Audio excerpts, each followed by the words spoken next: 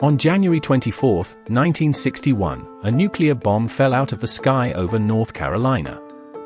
It wasn't being tested. It wasn't supposed to be dropped. And the United States wasn't at war.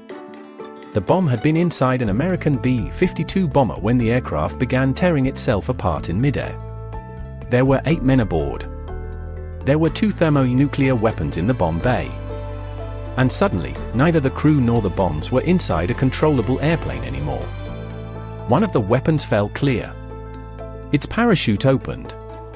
Then something far more disturbing happened. As the bomb descended toward the farmland below, parts of its normal arming sequence began to activate. Safing pins were pulled. Electrical components came alive. A timer started running. Systems designed to operate when the weapon was deliberately released began behaving as though this accidental fall might be exactly that. A real nuclear attack. The weapon continued downward beneath its enormous parachute. And inside it, one critical switch remained in the safe position. That switch mattered because almost everything happening around it was moving in the opposite direction. Years later, an official Air Force history would summarize the accident in terrifyingly simple terms. The weapon had 6 safety mechanisms. 5 were set off by the fall. 1 remained to prevent a nuclear detonation.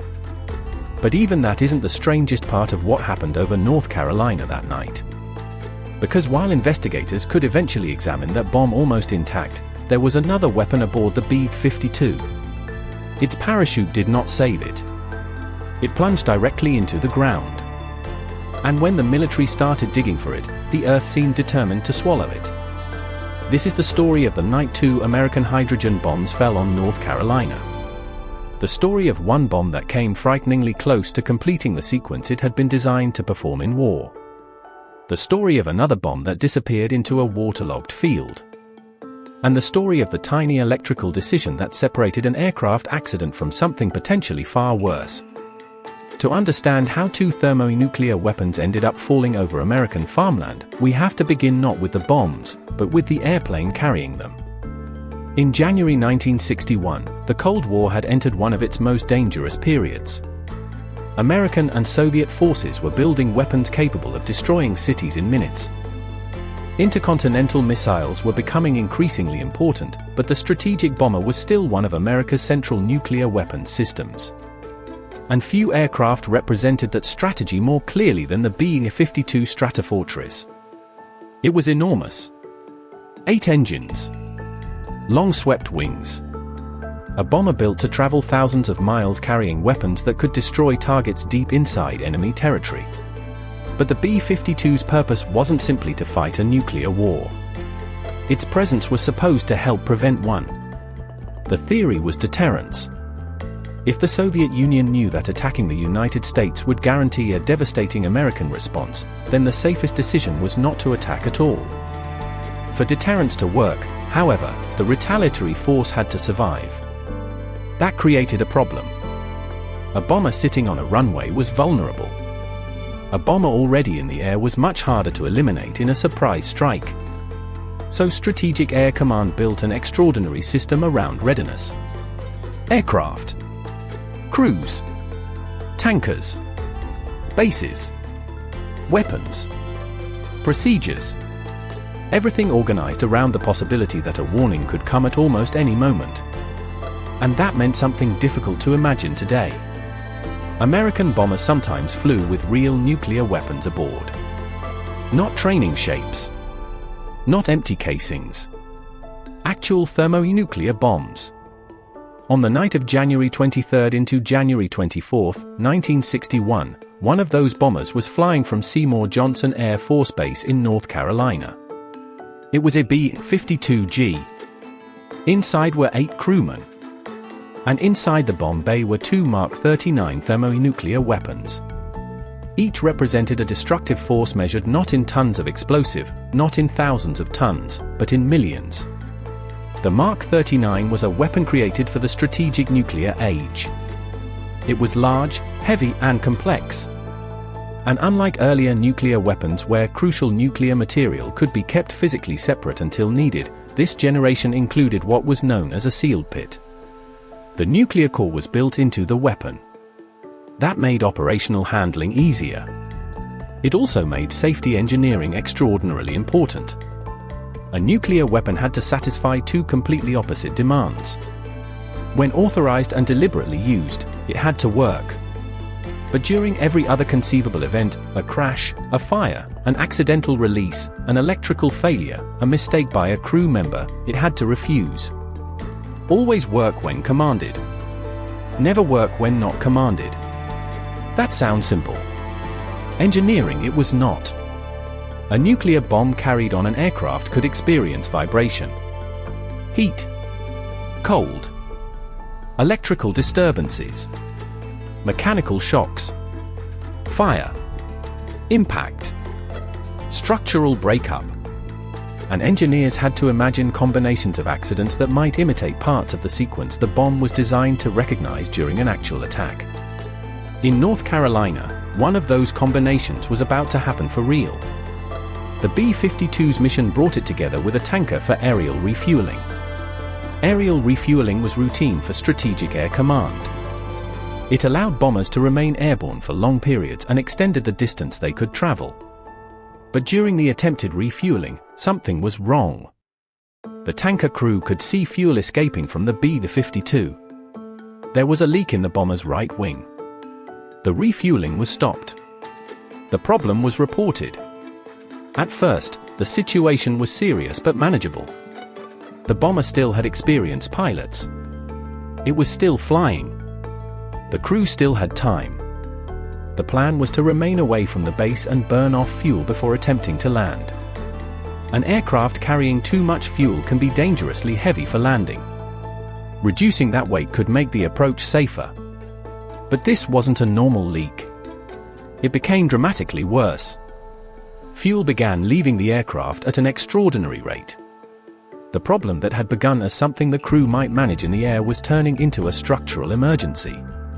The decision changed. The B-52 needed to come home. The aircraft turned toward Seymour Johnson. Below them was eastern North Carolina. Flat countryside. Farmhouses. Fields. Small communities. Most people on the ground had no reason to know that a damaged strategic bomber was approaching with two thermonuclear weapons inside it. And aboard the B-52, the crew now had another problem. The aircraft was becoming increasingly difficult to control. A B-52G carried much of its fuel inside its wings. Fuel isn't merely cargo in an airplane. Its weight affects balance. Its movement affects loads. Its sudden loss from one area can change the stresses acting on the aircraft. And this particular bomber was already dealing with a serious leak. As the crew descended toward the base, control deteriorated. The bomber entered a violent motion. A giant aircraft that had been designed to fly steadily across continents was now becoming unstable in the darkness over North Carolina. There comes a point in an aviation emergency when saving the airplane is no longer the priority. Saving the people is. The aircraft commander ordered the crew to abandon the B-52. At roughly 9,000 feet, the men began trying to escape. This was not a modern airliner with a neat evacuation procedure. The crew occupied different positions throughout a military bomber. Some had ejection seats. Others faced much more difficult escape routes. They were leaving an aircraft that was moving violently and beginning to come apart. 5 members of the 8-man crew would survive. 3 would not. That fact matters. Because the Goldsboro accident is usually remembered for the bombs. For switches. For parachutes. For what might have happened. But before it became a nuclear weapons case study, it was an aircraft disaster. 3 men died.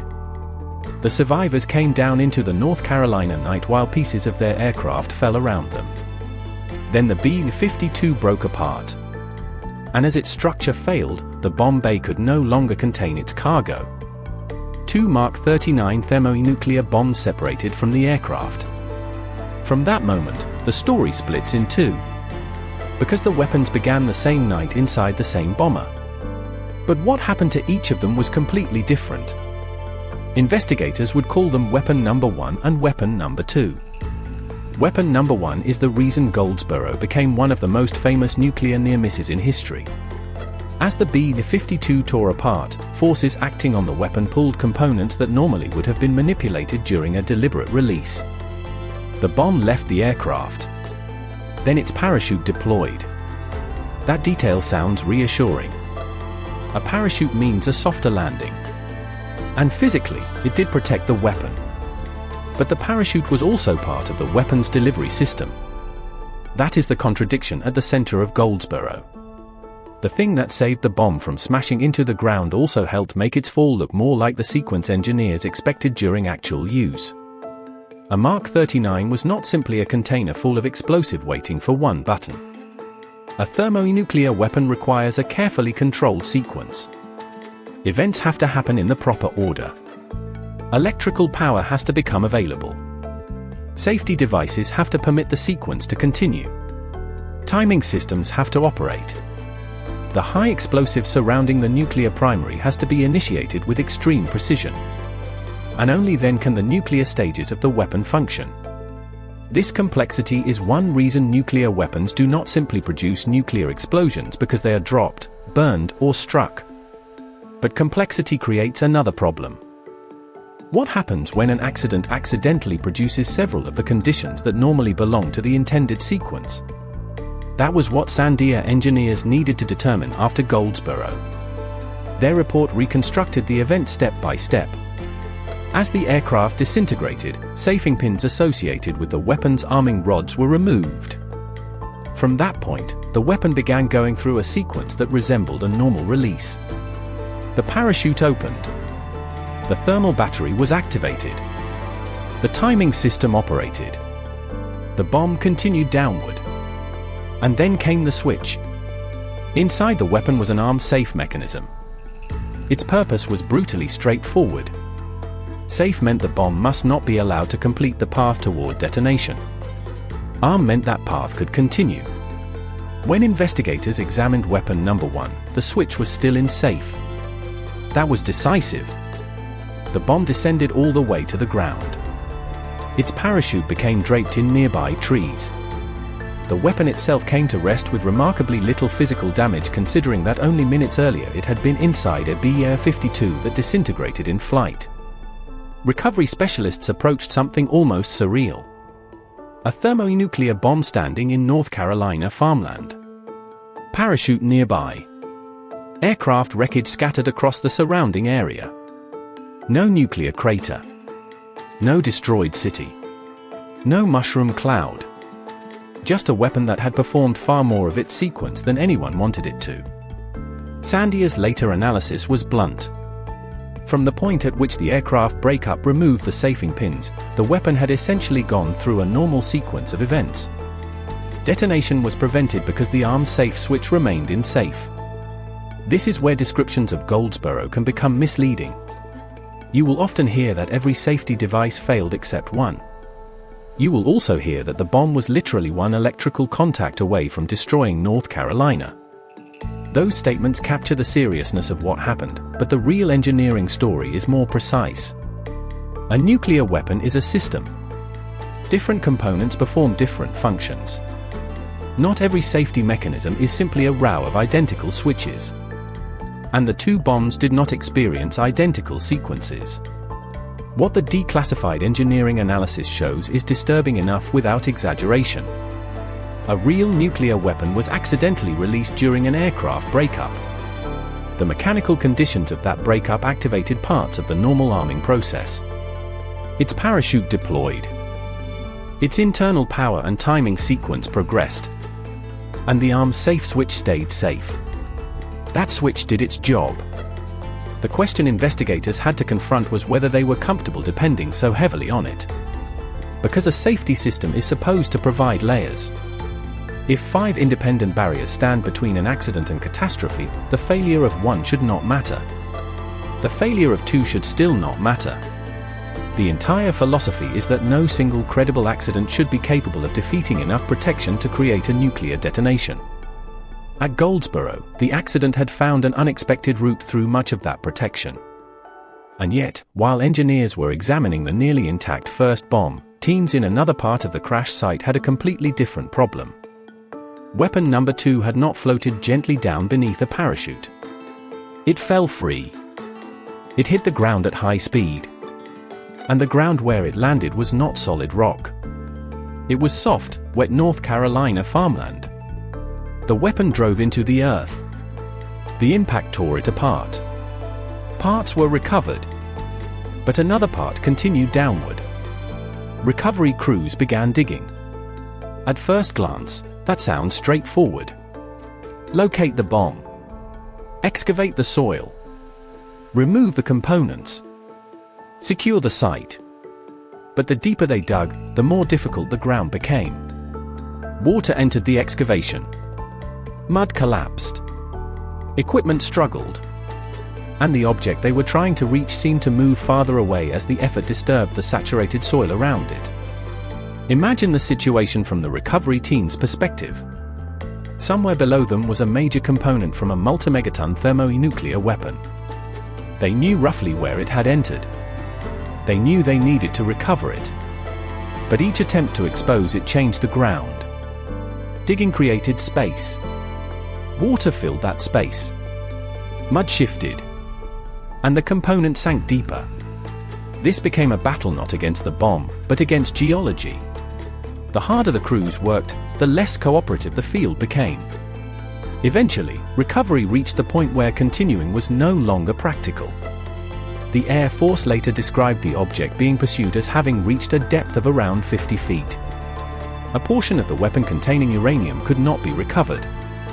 The excavation was stopped. The hole was filled. And the United States government established restrictions around the area to prevent future digging from disturbing what remained below.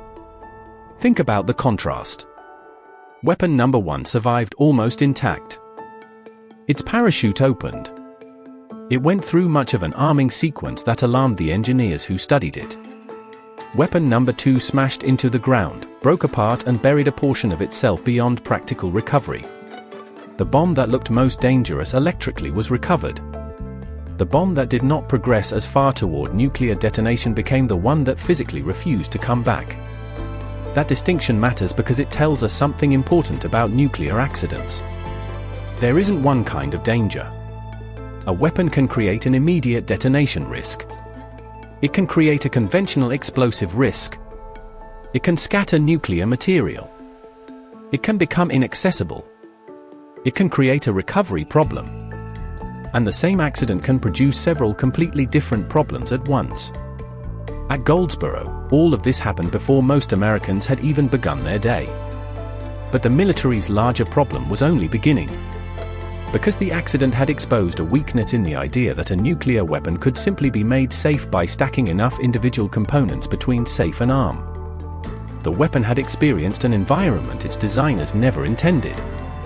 A bomber tearing itself apart in midair. And that violent event had accidentally imitated parts of the weapon's intended delivery sequence. This is the nightmare engineers call an abnormal environment. You can design a system around expected conditions. A deliberate bomb release. A known altitude. A known electrical command. A known sequence. But accidents do not respect sequences. Fire can melt wires together. Metal can bend. Switches can move. Batteries can activate. Impact can close contacts. Explosions can tear out safing devices. An aircraft can rotate in ways no normal mission ever would. The challenge is not predicting one failure. It is predicting combinations of failures. And nuclear weapons demand an unusually unforgiving standard. A commercial machine can fail safely 99 times out of 100 and still be considered unacceptable. A nuclear weapon cannot be allowed the luxury of a catastrophic 1%. The desired probability has to become extraordinarily small. Goldsboro showed why. The United States had built nuclear weapons to survive the demands of military readiness. Now safety engineers had to make sure that military readiness itself didn't create an unacceptable risk. The problem had been growing throughout the 1950s. Early American nuclear weapons incorporated an extremely physical form of safety. The nuclear material needed for the weapon could be kept separate. Without it installed, a full nuclear yield was impossible. But that approach created operational disadvantages. If a bomber needed to respond quickly, crews could not afford a complicated last-minute assembly process. The military wanted weapons that were ready. Engineers developed sealed pit designs in which the fissile material remained inside the weapon. Operationally, this was a major improvement. From a safety perspective, it changed the problem. The dangerous material was now present all the time. So engineers needed other ways of guaranteeing that an accident could not reproduce the exact conditions necessary for a nuclear explosion. That search produced layers of electrical, mechanical, and eventually environmental safeguards. And the basic idea behind the more advanced systems was elegant. Instead of asking only whether someone had flipped the correct switch, the weapon itself could ask another question. Does the environment around me make sense? A missile warhead should recognize conditions consistent with actual missile flight. A bomb should recognize conditions consistent with a legitimate release. If the weapon is sitting in a warehouse, burning on a runway, falling from a broken aircraft, or being crushed in wreckage, it should refuse to interpret those events as permission. This became part of the development of environmental sensing devices. But the transition toward better safety was not instantaneous. At any moment, the nuclear stockpile contained weapons designed at different times with different technologies. Modifications could be approved before every weapon received them. Operational requirements competed with engineering caution. And huge numbers of weapons were spread across bases, aircraft, missiles, and overseas deployments. Goldsboro occurred inside that transition. The Mark 39 involved in the crash was not the final word in nuclear weapon safety. In fact, safety modifications for the weapon type were already part of an ongoing engineering process. After the accident, remaining weapons that lacked an important modification were removed from deployment status until the change could be made. That tells us something important about the way serious accidents change complex systems. They rarely reveal a danger nobody has ever imagined. More often, they take a danger engineers have discussed theoretically and make it impossible to ignore. Before an accident, a vulnerability is an argument, a probability, a report, a meeting, a recommendation. After an accident, it becomes wreckage in a field. Goldsboro turned nuclear weapon safety from an engineering concern into a physical demonstration. But to understand why America was willing to place weapons like these in aircraft in the first place, we have to return to the strategic problem the country believed it was solving. In the early 1960s, warning time was shrinking. The Soviet Union possessed nuclear weapons. Both sides were developing long-range missiles. Military planners feared a surprise attack that could destroy bombers on the ground before they could take off. Strategic Air Command therefore placed enormous value on alert. Bombers could be kept ready on runways. Some could be dispersed. Others could be sent into the air.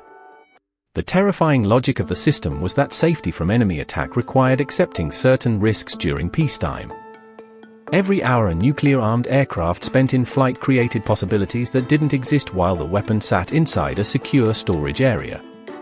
Mechanical failure, weather, navigation mistakes, midair collision, refueling accidents, fire, crash. But keeping everything safely stored on the ground created another possibility. A surprise attack might destroy the retaliatory force before it could respond. Deterrence was therefore built around competing dangers. Make the force too cautious, and it might become vulnerable. Make it too ready, and readiness itself could create accidents. Goldsboro was not the only warning. American nuclear weapons were involved in multiple serious accidents during the Cold War. Aircraft crashed. Bombs were accidentally released. Weapons were damaged by fire. Some incidents took place on American territory. Others happened overseas. The military developed the term broken arrow for accidents involving nuclear weapons that did not create the risk of nuclear war through hostile action. The phrase sounds almost clinical. But the events behind it were anything but. A broken arrow could mean a nuclear weapon lost in water. A bomb scattered across a crash site. Plutonium contamination. A weapon burning inside aircraft wreckage. Or, in North Carolina, a bomb descending beneath a parachute while its internal systems moved disturbingly far along their normal path. And this raises an obvious question. If the bomb was so powerful, what would have happened if it had detonated? This is where responsible history needs restraint. It is easy to create a dramatic map. Draw circles around Goldsboro. Count towns. Estimate casualties. Add prevailing winds. Project fallout. But a nuclear detonation is extremely sensitive to details. Exact yield. Height of burst. Weather. Wind direction. Terrain. Population distribution. Whether the detonation occurs on the surface or above it. Those variables determine how blast, heat, and fallout behave. And because the bomb did not explode, no one can honestly tell us exactly what the casualty count would have been. What we can say is already extraordinary. The weapons at Goldsboro had yields in the multi-megaton range. The bomb that fell beneath its parachute was not a small battlefield nuclear weapon. It was a strategic thermonuclear weapon designed for the destruction of major targets. A nuclear detonation on American soil would have transformed a tragic aircraft accident into a national catastrophe. And because the United States was not under attack, investigators would immediately have faced another terrifying problem: explaining what had happened. In 1961, nuclear forces existed inside a global confrontation where both superpowers watched one another for signs of attack. Radar warnings mattered. Communications mattered. Command systems mattered. An unexplained nuclear explosion was not merely a local disaster. It had strategic implications. Was it an accident? Sabotage? An attack? Had another weapon detonated somewhere else? Were more bombers missing? Were Soviet forces moving? Modern audiences know the answer because the bomb didn't explode. People living through the event would not have had that luxury. That is why nuclear safety isn't only about preventing blast and radiation. It is also about preventing accidents from becoming political or military signals. A weapon that detonates accidentally doesn't arrive with a label explaining that nobody intended it. But none of that happened. North Carolina woke to wreckage instead. Military teams spread across the farmland. They searched for aircraft parts. They recovered weapons. They investigated deaths. They measured, photographed, recorded positions, reconstructed sequences. They wanted to know not just what broke, but what happened second by second after it broke. The first bomb became especially important because it was almost a full-scale experiment nobody had intended to conduct. Engineers normally test components. They simulate vibration, impact, electrical faults, temperature, pressure. They build theoretical accident sequences. But here was an actual weapon that had experienced the breakup of a B-52 and then fallen thousands of feet beneath a parachute. Its physical condition told a story. Switch positions told a story. Activated components told a story. The parachute told a story. Even the state of the batteries and timers mattered. The engineers could compare the sequence the weapon was designed to follow during an intentional attack with the sequence it had actually followed during the accident. And the similarity was uncomfortable. The aircraft breakup had removed safing pins. The arming rods operated. The parachute deployed. The weapon's low-voltage thermal battery became active. Its timer ran. The normal sequence continued until the arm-safe switch refused to allow the crucial next stage. That is the heart of the Goldsboro story. Not that the bomb magically decided to arm itself. Not that every component failed. Not that nuclear weapons are unstable objects waiting to explode if dropped. The real story is more unsettling because it is more believable. A complicated mechanical accident reproduced enough of the normal weapon release environment to bypass several layers that were supposed to keep normal and abnormal events separate. And one critical switch remained where it belonged. Safe. Years later, Sandia safety experts continued to use Goldsboro when thinking about nuclear weapons design. One of them, Parker Jones, would revisit the accident in a report whose tone revealed just how seriously engineers viewed what had happened. The fundamental lesson was not that safety had failed completely. If it had, there would have been a nuclear explosion. The lesson was that safety had come too close to depending on a narrow final barrier. Good engineering does not celebrate because the last barrier worked. Good engineering asks why so many barriers before it were defeated. Imagine a building designed with 6 fire doors. A fire starts. 5 fail. The 6th contains it. Technically, the building's safety system succeeded. Nobody outside the final door is burned. But no responsible engineer walks away saying the design was perfect. The next question is immediate. Why did 5 doors fail? Could the 6th fail under slightly different conditions? Could the system be redesigned so that the fire never reaches door 6? That is what Goldsboro represented. The final switch worked. The accident still exposed a dangerous path. And there was another complication. Switches are physical devices. Physical devices can fail. Contacts can move. Wires can short. Materials deform. That doesn't mean this particular switch was about to fail. It means safety engineers do not want a catastrophic system resting on the assumption that one final component will always behave perfectly in every abnormal environment. The solution was to develop designs where accidental energy could not easily reach the components needed for nuclear detonation. Safety had to become architectural, not simply a list of switches. Energy sources had to remain isolated. Detonators had to remain isolated. Critical components had to require specific environmental signals. An accident could destroy the weapon, but destruction should move the system toward safety, not toward detonation. This idea eventually became summarized in an elegant nuclear safety principle. In normal environments, the weapon must operate when authorized. In abnormal environments, it should fail predictably and safely. That may sound obvious now. Goldsboro is one reason it became impossible to treat the problem casually. Meanwhile, the second bomb remained part of the landscape. The military had recovered much of it, but not everything. In 1962, the United States obtained a permanent easement around the buried remains. The restrictions were specific. The land could still be used in limited ways. Crops could grow. Pasture could remain pasture. But deep excavation was restricted. No one was supposed to simply arrive decades later with heavy machinery and begin digging into the location. It is one of the strangest physical legacies of the Cold War. Not a missile silo. Not a bunker. Not a museum. A patch of ordinary agricultural land whose legal documents remember what happened beneath it.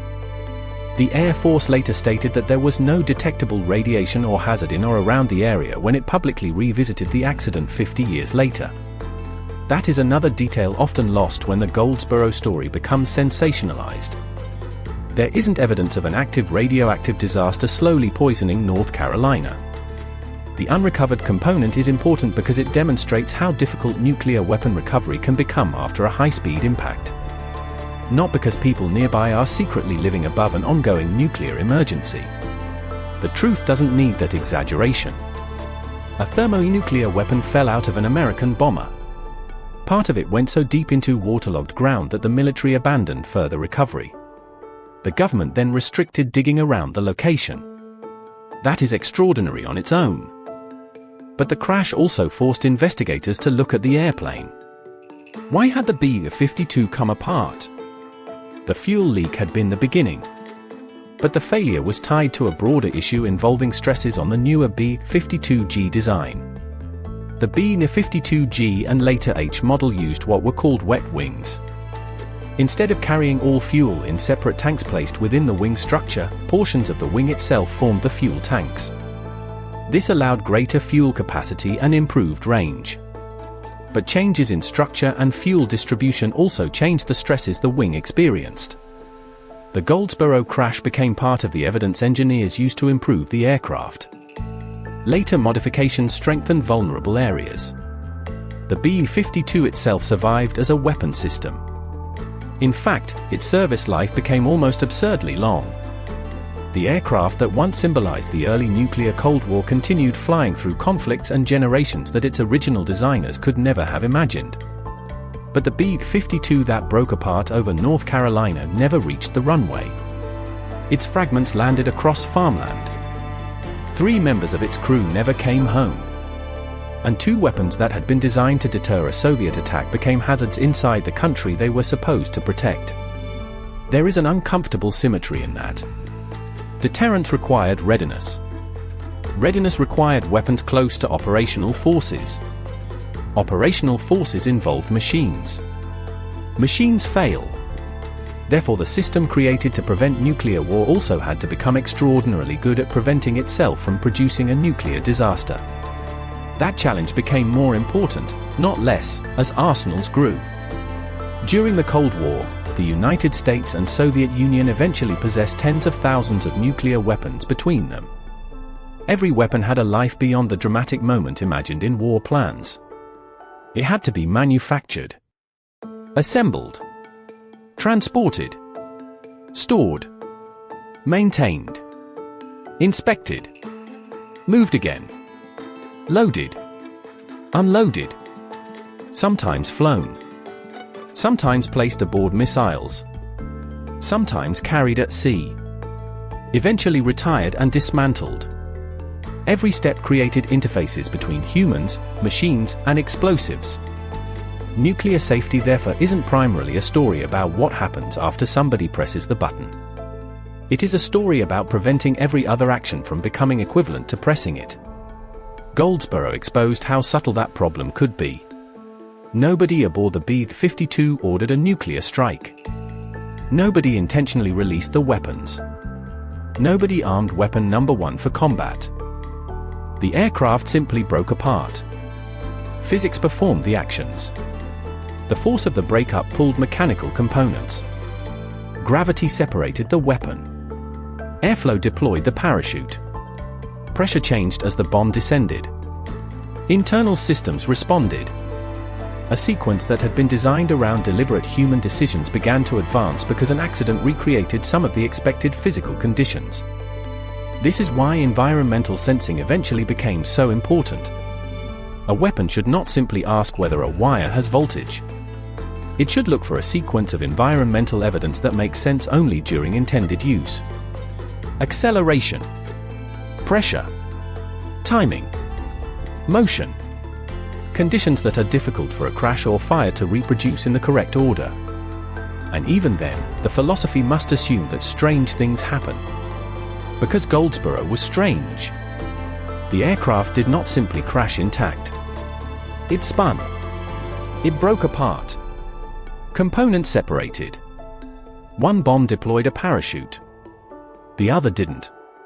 One landed gently enough to remain largely intact. The other drove itself into soft earth. A single accident produced 2 completely different experiments in nuclear weapon safety. Weapon number 2 also provides an important correction to a common version of the story. You sometimes hear that both bombs nearly detonated. That is not what the detailed Sandia reconstruction shows. The second weapon's parachute did not deploy. And without that part of the sequence, it did not progress toward detonation in the same way as weapon number 1.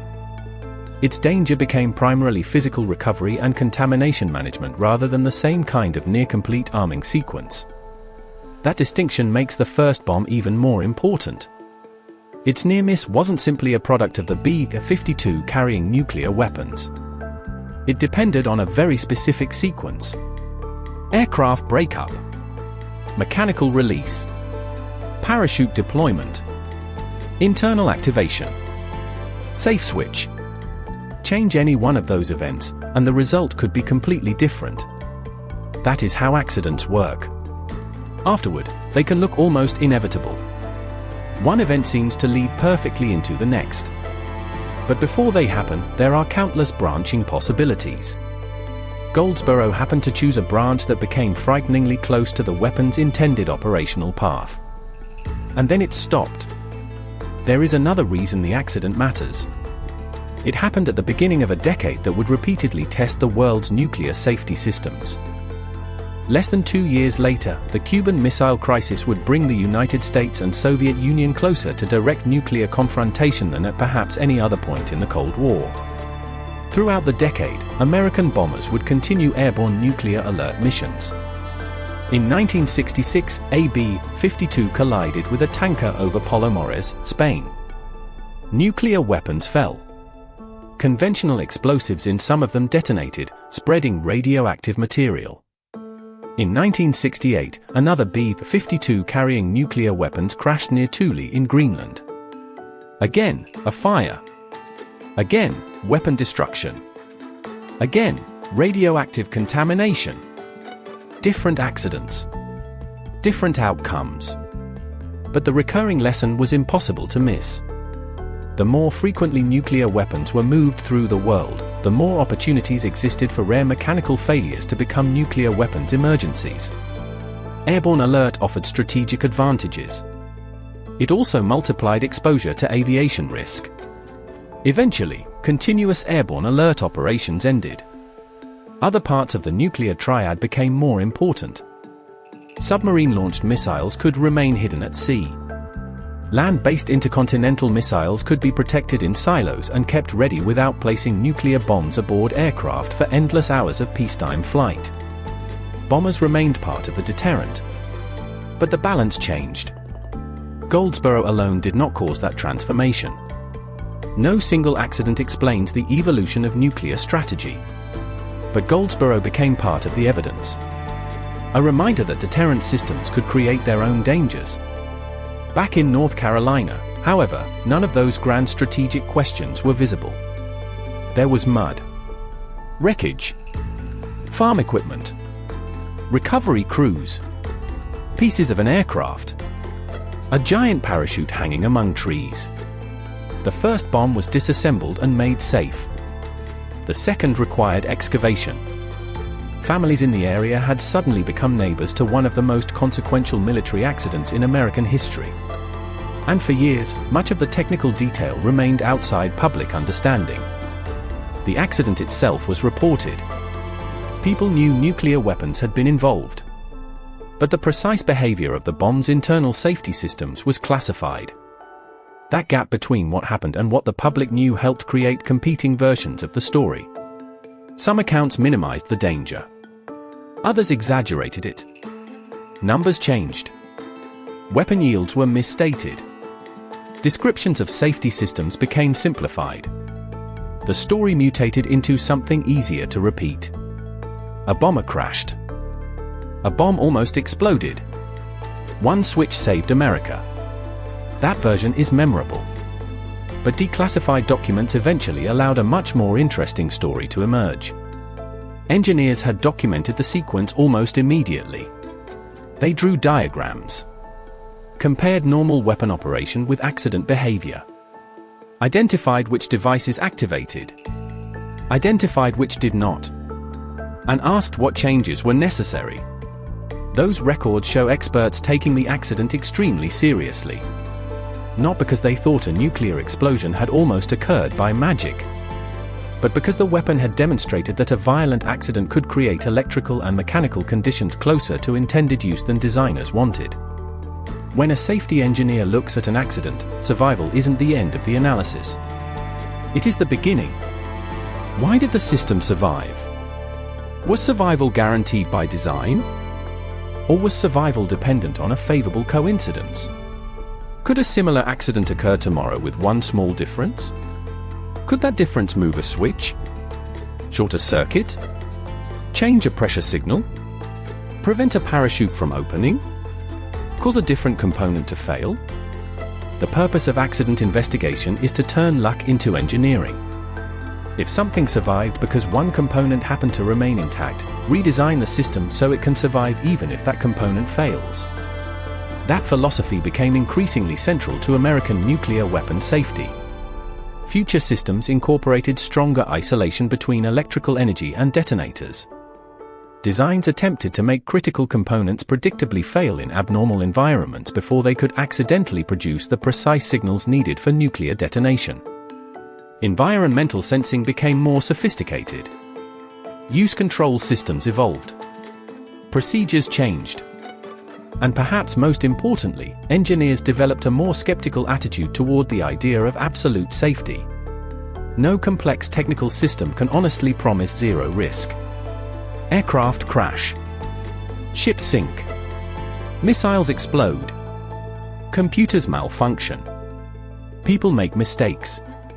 What engineering can do is identify credible failure paths and make them progressively more difficult. Goldsboro revealed one of those paths. That is why focusing only on the final switch misses part of the lesson. The switch was successful. The system around it was not successful enough. A bomb falling from a disintegrating airplane should ideally encounter barrier after barrier after barrier. At Goldsboro, too many of those barriers became participants in the sequence. And yet the final result was still safety.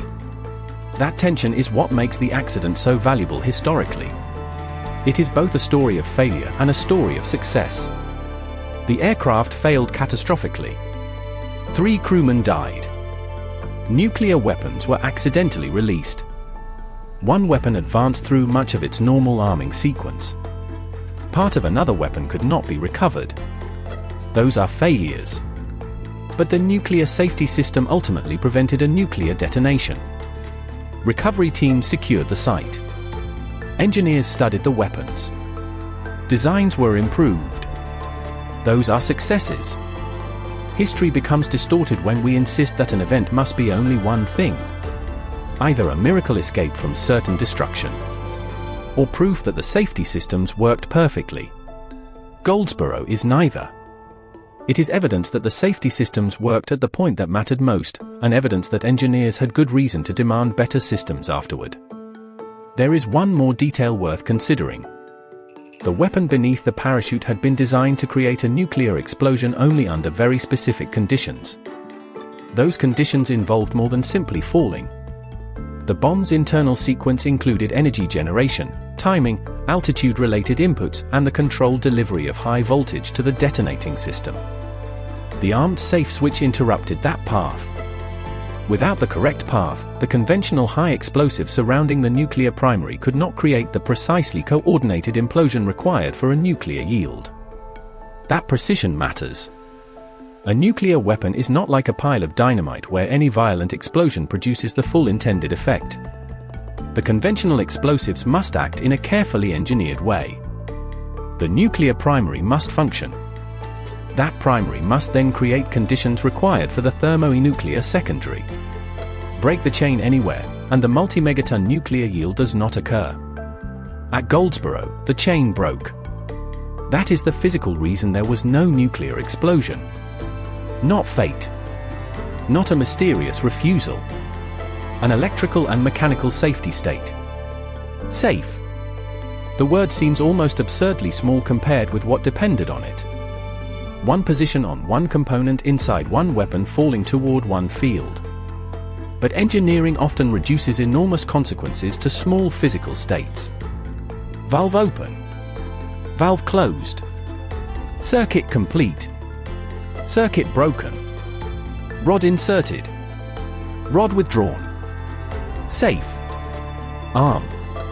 The system works because these small states are controlled. The danger appears when an accident begins controlling them instead. And in weapon number 1, the accident had controlled far too many. Now return to the field. The night has ended. The B-52 is gone. The first weapon has been removed. The second excavation has stopped. Eventually crops grow again. People drive nearby roads. Generations pass. The Cold War changes. The Soviet Union disappears. Nuclear arsenals shrink dramatically from their peaks. The B-52 remains in service. And beneath part of the North Carolina landscape, the legal restrictions remain. It is tempting to describe the site as though a complete hydrogen bomb is waiting underground. That isn't accurate. The weapon broke apart. Components were recovered. A portion containing nuclear material remained beyond reach. The significance of the site is not that North Carolina is sitting above a hidden bomb ready to explode. The significance is that the physical remains of the accident were never entirely removed. The landscape itself became part of the historical record. When the Air Force marked the 50th anniversary of the crash in 2011, it described the unrecovered portion and the restricted land around it. It also emphasized that no detectable radiation or hazard existed in or around the site at that time. That fact deserves to stand beside the dramatic ones. Because the purpose of telling the Goldsboro story isn't to invent a danger that authorities say is not there. The real danger existed on January 24, 1961. And it was extraordinary enough. A damaged bomber was trying to return home. A wing was losing fuel. The aircraft became uncontrollable. 8 men tried to escape. 3 died. 2 thermonuclear weapons fell free. 1 buried itself. The other deployed its parachute. Safing pins were removed. A battery activated. A timer ran. And the bomb continued through a sequence meant for war. Until it reached a switch that still said safe. There is a tendency to imagine nuclear catastrophe as something that begins with a president, a general, or a missile crew making a conscious decision. Goldsboro reminds us that for much of the nuclear age, another danger existed alongside intentional war. Machines could create situations nobody ordered. A fuel leak. A damaged wing. A broken aircraft. A falling bomb. And if the system was not designed carefully enough, an ordinary mechanical failure could begin moving toward an extraordinary consequence. This problem wasn't unique to nuclear weapons. Modern civilization is filled with systems where small failures can become enormous. Airliners. Dams. Chemical plants. Power grids. Spacecraft. Nuclear reactors. The principle is the same. Catastrophe rarely begins at the point where everything is already catastrophic. It begins with something manageable. A leak. A warning light. A strange reading. A component that isn't behaving correctly. Then the system changes. People respond. Another component fails. Options narrow. And eventually the story reaches a point where every remaining barrier matters. On the B-52 over North Carolina, the first signal was fuel. Nobody hearing about a leaking aircraft wing would naturally imagine the final image. A hydrogen bomb hanging beneath a parachute over farmland. That distance between the first problem and the final consequence is what makes complex systems dangerous.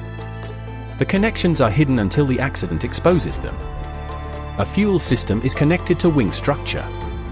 Wing structure is connected to aircraft control. Aircraft control is connected to crew survival. Aircraft breakup is connected to weapon release. Weapon release is connected to safing pins. Safing pins are connected to internal power. Internal power is connected to an arming sequence. And suddenly a fuel leak is no longer only a fuel leak. It has become a nuclear weapon safety event. That chain is what investigators needed to understand. And that chain is the lasting lesson of Goldsboro. Safety isn't one component. It isn't one rule. It isn't one switch. It is the entire path from the first failure to the worst possible outcome. Every link matters. Years after the accident, experts continued debating exactly how close the weapon had come. Different descriptions used different numbers of safety devices. Different reports emphasize different components. Later retellings compress a complicated firing system into a simple count. But the strongest evidence doesn't require us to pretend every detail is perfectly simple. The Sandia engineers who actually reconstructed the weapon concluded that the arm-safe switch prevented detonation after the weapon had gone through a remarkably normal sequence following its accidental release. A modern Air Force safety history described 5 of 6 safety mechanisms as having been set off by the fall, leaving one mechanism preventing detonation.